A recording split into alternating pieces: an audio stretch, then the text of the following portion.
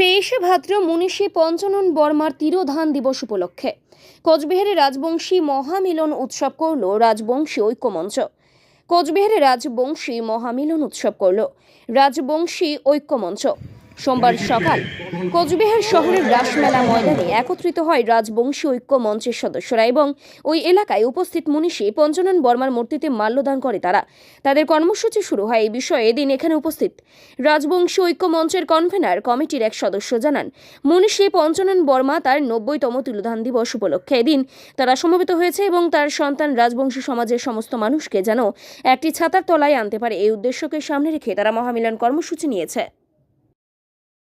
আমাদের ইনভিটেশন স্বীকার করে আজকে এখানে প্রচুর বাচ্চারা এসেছেন, আমাদের এসটিও সাহেব রয়েছেন, বাকি পুলিশ বন্ধুরা, মিডিয়া বন্ধুরা সবাই এসেছেন।